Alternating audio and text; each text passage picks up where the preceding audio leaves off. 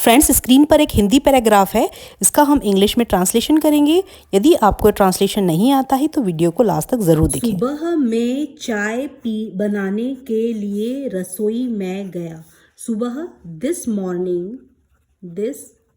Morning मैं आई रसोई में गया। जाने की को हम क्या कहते हैं? Go, went, gone. पास्ट का एक्शन है, वर्ब की सेकंड फॉर्म आएगी went.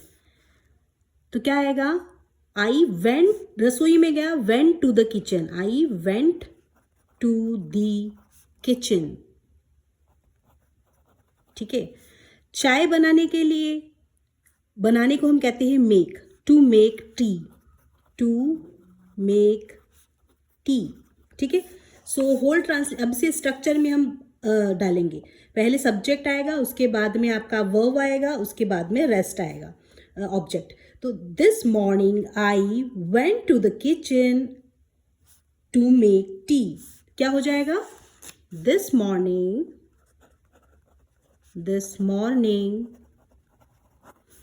I went to the kitchen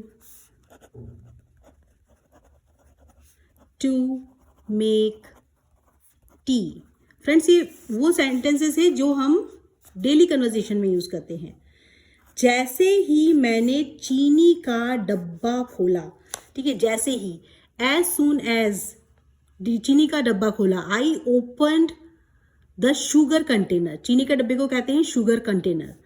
as soon as, जैसे हम कहते हैं as soon as I reach the home, as soon as I open the sugar container, जैसे ही। ठीक है। तो क्या होगा? एज सून एज, क्या करा? मैंने खोला, खोलने को ओपन कहते हैं, पास्ट फॉर्म है, ओपनड आ जाएगा।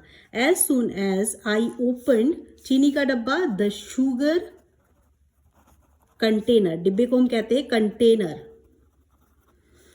As soon as I open the sugar container, मुझे पता चला कि घर में चीनी खत्म हो गई है। मुझे पता चला मतलब मुझे रियलाइज हुआ। आई रियलाइज का क्या हो जाएगा? रियलाइज्ड हो जाएगा, क्योंकि यहां पर क्या है? पास्ट फॉर्म है। ठीक है। जैसे ओपन हो गया, ओपन का ओपन, रियलाइज का रियलाइज्ड। आई रियलाइज्ड की दैट। अब देखिए, घर में चीनी खत्म हो गई है। चीनी को खत्म, किसी भी चीज का खत्म हो जाना, उसे हम कहते हैं रन आउट ऑफ। क्या कहते हैं? Run out of. क्या खत्म हो गया? Run out of sugar. ठीक है। इसका मतलब होता है किसी भी चीज का खत्म हो जाना। ठीक है। जैसे हम कहते हैं गाड़ी में पेट्रोल खत्म हो गया है, the car has run out of fuel, the car has. ये ऐसे सेंटेंसेस है जो हमेशा यूज होते हैं, इसे स्पोकन इंग्लिश में यूज करें। The car has run out of fuel. ठीक है। मेरी नोटबुक में पन्ने खत्म हो गए, पेजेस खत्म हो गए। I have run out of notebook pages. I have run out of, इसे एक साथ में कहना है, रन आउट ऑफ, ऐसे run out of notebook pages. अब ये देखो, अब जो सेंटेंस बता रही है ना, इसे बोलना, स्पोकन इंग्लिश में यूज करना। मेरे मोबाइल का डाटा खत्म हो गया है, डेटा खत्म हो गया है। डाटा नहीं कहते हैं, डेटा कहते हैं। मेरे मोबाइल का डेटा खत्म हो गया है। I have run out of mobile data. I have run out of mobile data. इसे डाटा नहीं पढ़ना है, इसे डेटा पढ़ना है। I have run out of mobile data. तो ऐसे और कुछ सेंटेंस मुझे कमेंट में जरूर बताइए। ठीक है। तो अब यहां पर क्या हो गया है कि उसके घर में चीनी खत्म हो गई है। ठीक है। तो यहां पर क्या हो जाएगा? उसे पता चला, I realise that we had, खत्म हो गई है। ठीक है, पास्ट है, तो we had run out of sugar. यदि आप किसी को अभी बता रहे हैं कि मेरे घर में चीनी खत्म होगी, तो we have run out of sugar आएगा। ये पास्ट की कहानी बता रहा है, इसीलिए वी हैड आएगा। We had run out of sugar. ठीक है, इसीलिए हैड आया है। ठीक है। जैसे क्योंकि हैव की क्या फॉर्म होती है? हैव, हैड, हैड, ये पास्ट फॉर्म है। ठीक है। We had run out of sugar, second form आएगी। अब देखिए फ्रेंड्स, पूरा ट्रांसलेशन क्या होगा? This morning I went to the kitchen to make tea As soon as I opened the sugar container, I realized that we had run out of sugar. मैंने अपनी माँ से कहा, कहने को कहते हैं से, इसका सेकेंड फॉर्म होगा said, said. सेकेंड फॉर्म आएगी क्योंकि पास्ट का एक्शन है. मैंने, I said to, किससे कहा? माय मदर, मेरी माँ से कहा. माँ हमारे घर में चीनी नहीं बची है, नहीं बची है. Mom we don't have any sugar left at home. बचने को हम कहते हैं, ठीक है, लीव का लेफ्ट हो जाएगा, ठीक है, लेफ्ट, ठीक है. तो इसका मतलब लीव का मतलब छोड़ना भी होता है, किसी चीज का बच जाना उसे भी हम लेफ्ट कहते हैं, ठीक है. तो mom we don't have, we के साथ में डू आएगा, ठीक है, डू नॉट, ठीक है. We do not have any sugar, we do not have any sugar left, कहाँ? एट होम, ठीक है. I said to my mother, mom we don't, we के साथ में हमेशा हमेशा याद रखना आई, वी, यू, दे आएगा इसके साथ में. Do, he, she, it, does, ठीक है. तो वी है यहां पर, इसीलिए डोंट आया है. Mom we don't have any sugar left at home. माँ ने जवाब दिया, जवाब देने को कहते हैं रिप्लाई करना. रिप्लाई का रिप्लाइड हो जाएगा. माँ के लिए शी, क्योंकि लड़की है या लेडी है इसीलिए शी आएगा. शी रिप्लाइड, शी रिप्लाइड, ठीक है, ईडी आएगा, पास्ट फॉर्म. शी रिप्लाइड, अरे मुझे भी कल रात इसका एहसास हुआ था. एहसास होने को रियलाइज्ड भी कहते हैं, या किसी चीज को नोटिस करना, ठीक है. Oh, I noticed, I noticed, notice का नोटिस्ड हो जाएगा, पास्ट फॉर्म आएगी, ठीक है. तो ओह आई नोटिस्ड, मुझे भी रियलाइज हुआ था. I noticed it last night too, कल रात. I noticed it last night too, too मतलब भी, मुझे भी इसका एहसास हुआ था. Oh I noticed it last night too. आप भी इस तरीके से अपने डे टू डे कन्वर्सेशन में यूज करें. लेकिन मैं खरीदना भूल गई, लेकिन के लिए बट, खरीदना के लिए सॉरी मैं के लिए आई, बट आई भूल गई. फॉरगॉट, फॉरगेट, फॉरगॉट, फॉरगटन, ये है इसकी फॉर्म. तो सेकेंड फॉर्म ऑफ वर्ब आएगी, ठीक है. सेकेंड फॉर्म है आई फॉरगॉट, पहले सब्जेक्ट फिर वर्ब. आई फॉरगॉट, क्या भूल गई? खरीदना. To buy some, I forgot to buy some मतलब मैं कुछ खरीदना, मतलब इसे खरीदना भूल गई. I forgot to buy some. तभी मेरे पिताजी बोले, तभी के लिए जस्ट देन, जस्ट देन. मेरे पिताजी बोले, माय फादर सेड, से का सेड हो जाएगा. कोई बात नहीं, देखो हम बोलते हैं ना कोई बात नहीं यार, कोई बात नहीं. No worries, no worries, no worries इसे यूज करें स्पोकन इंग्लिश में. कोई बात नहीं, नो वरीज, कोई बात नहीं मत बोलिए, इसकी जगह आप बोलिए नो वरीज, ठीक है. मैं बाजार जाते समय चीनी ले आऊंगा. अब देखिए बाजार जाते समय, on my way to the market, किसी भी जा रहे हैं आप, on my way to the office, on my way to the market, कैसे बोलेंगे? On my way to the market, I on my way to the office, ठीक है. कुछ भी बोल सकते जहां भी आप जा रहे हैं. तो ऑन माई वे टू जो है वो प्रपोजिशन यूज कर रहे हैं, तो ये बता रहा है, डायरेक्शन बता रहा है. On my way to the market, किस जगह?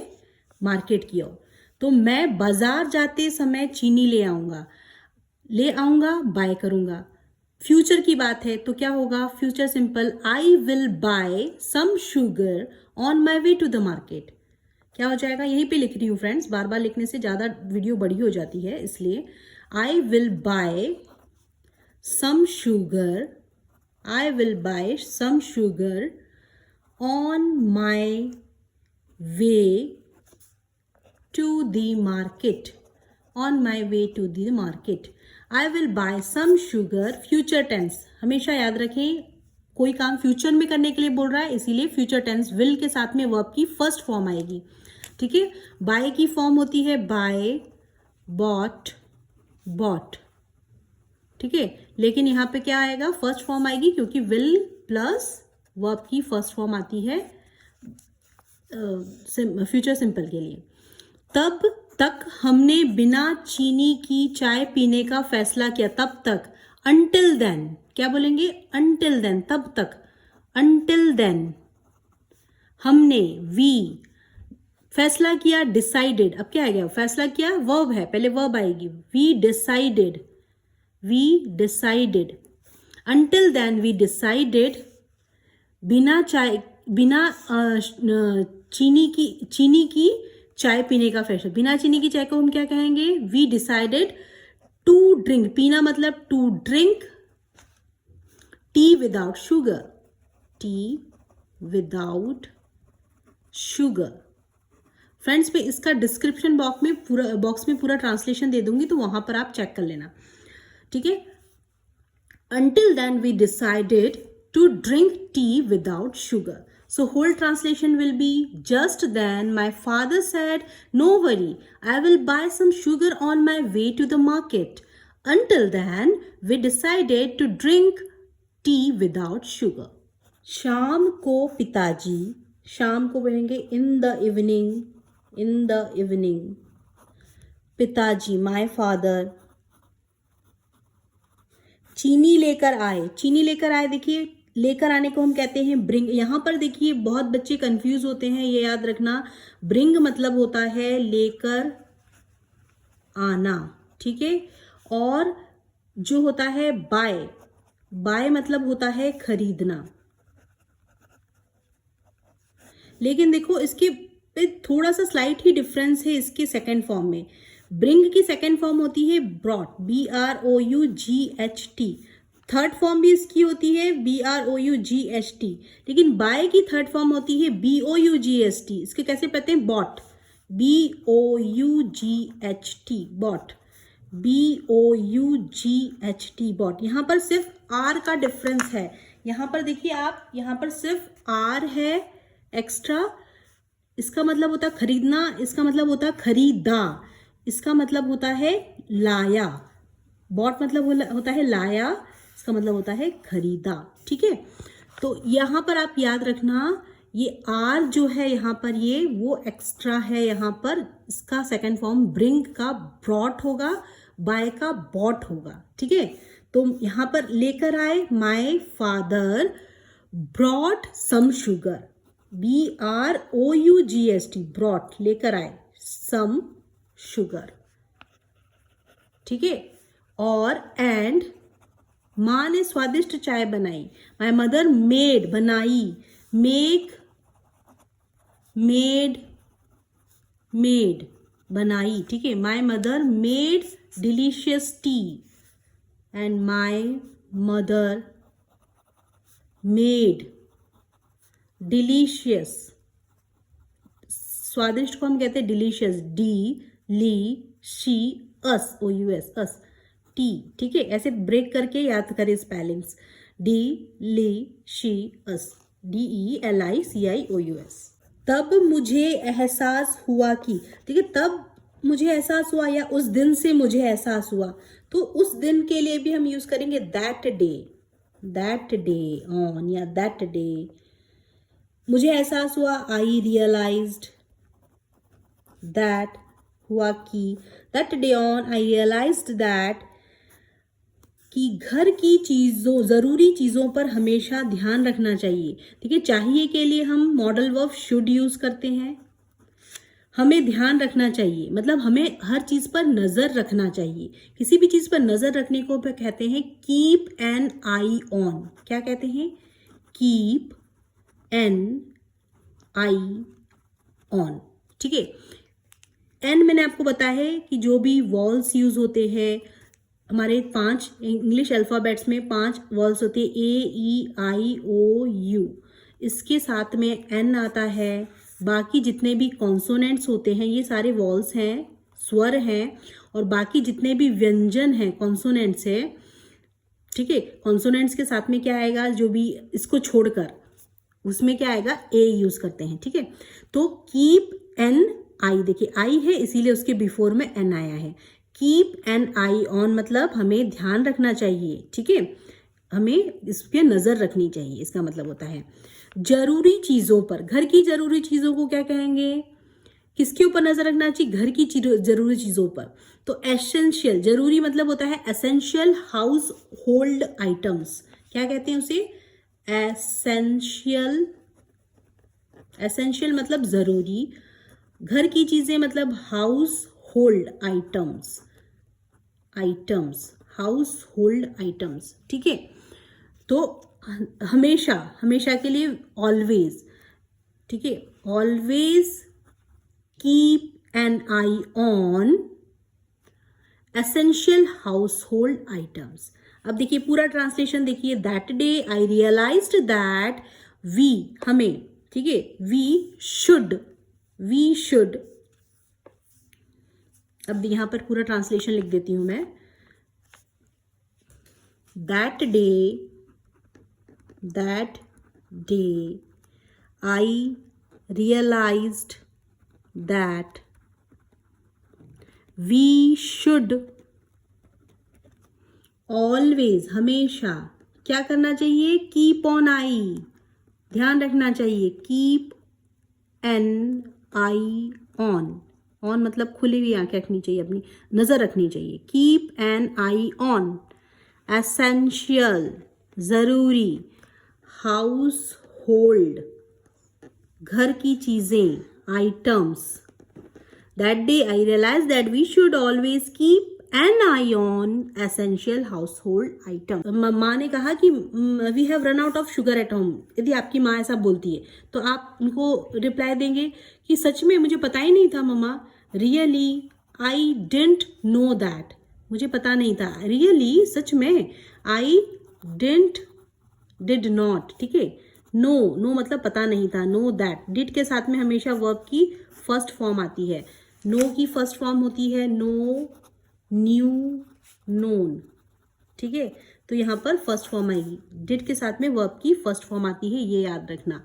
अब माँ ने कहा कि ठीक है तुम ना लौटते समय चीनी खरीद सकते हो, तो माँ ने कहा कुड यू, क्या तुम लौटते समय बेटा चीनी खरीद के ले आओगे क्या, हम ऐसा बोलते हैं ना। मॉम कहती है कि could you buy some sugar on your way back, ठीक है, on your way back, could you buy some sugar on your way, तुम्हारे रास्ते में आते समय, वापस आते समय, कहते ना वापस आते समय शुगर ले आओगे क्या, शुगर ले आ सकते हो क्या, माँ ने पूछा। कुड यू, कर सकते हो क्या, रिक्वेस्ट की, कुड यू बाय, कुड के साथ में वर्ब की फर्स्ट फॉर्म आएगी, could you buy some sugar on your way back, वापस आते समय, on your way back, could you buy, कैसे बोलेंगे, could you buy some sugar on your way back. इसे स्पोकन इंग्लिश में यूज करें, कुछ भी आपको मंगाना हो तो आप इस तरह से अपने हस्बैंड से, अपने वाइफ से, अपने बच्चों से कह सकते हैं, could you buy some sugar on your way back, could you buy some vegetables on your way back, रास्ते में आते समय ले आओगे क्या शुगर, वेजिटेबल्स ले आओगे क्या। बच्चे ने कहा कि हाँ ज़रूर, कितनी लानी है मम्मा, कितनी शुगर लेके आनी है, ज़रूर, sure. How much should I get, कितना लाना है, कितना शुगर लेके आना है, हाउ मच, कितना लाना है, शुड आई गेट, कितना लाना चाहिए, शुड आई गेट, गेट मतलब लेकर आना, प्राप्त करना, ठीक है। Sure, sure, how much should I get, माने का कि 2 किलो लेके आ जाना, ठीक है। गेट 2 kg, गेट 2 kg, ठीक है। तो बेटे ने कहा ठीक है मैं शाम को लेके आ जाऊंगा, okay, I will bring it this evening, I will bring it this evening, this evening मतलब आज शाम को जब लौटूंगा ना तब लेके आ जाऊंगा। तो ये सारे सेंटेंस आप अपनी स्पोकन इंग्लिश में यूज़ करें फ्रेंड्स। ये कन्वर्सेशन है, इस कन्वर्सेशन की चलो प्रैक्टिस कर लेना आप घर पे। मैं इसका पूरा डिस्क्रिप्शन बॉक्स में डाल दूंगी, तो आप प्रैक्टिस करें, स्पोकन इंग्लिश में इसे इनकॉर्पोरेट करें। फ्रेंड्स, इसे अपनी नोटबुक में नोट करें, इसे ट्रांसलेट करें और अपनी स्पोकन इंग्लिश में इनकॉर्पोरेट करें, जिससे कि आपके डे टू डे कन्वर्सेशन का हिस्सा बन जाए। So friends, if this video add any value in your English learning journey, please do subscribe my channel and don't forget to hit the bell icon, जिससे कि मुझे आपका प्यार और मोटिवेशन मिलता रहे और मैं आपके लिए इस तरीके की यूजफुल इंग्लिश कंटेंट्स लाती रहूं और आपकी इंग्लिश लर्निंग जर्नी में एक वैल्यू ऐड करती रहूं। तो please do subscribe my channel. Thanks for watching my videos. Keep learning, keep watching, keep growing.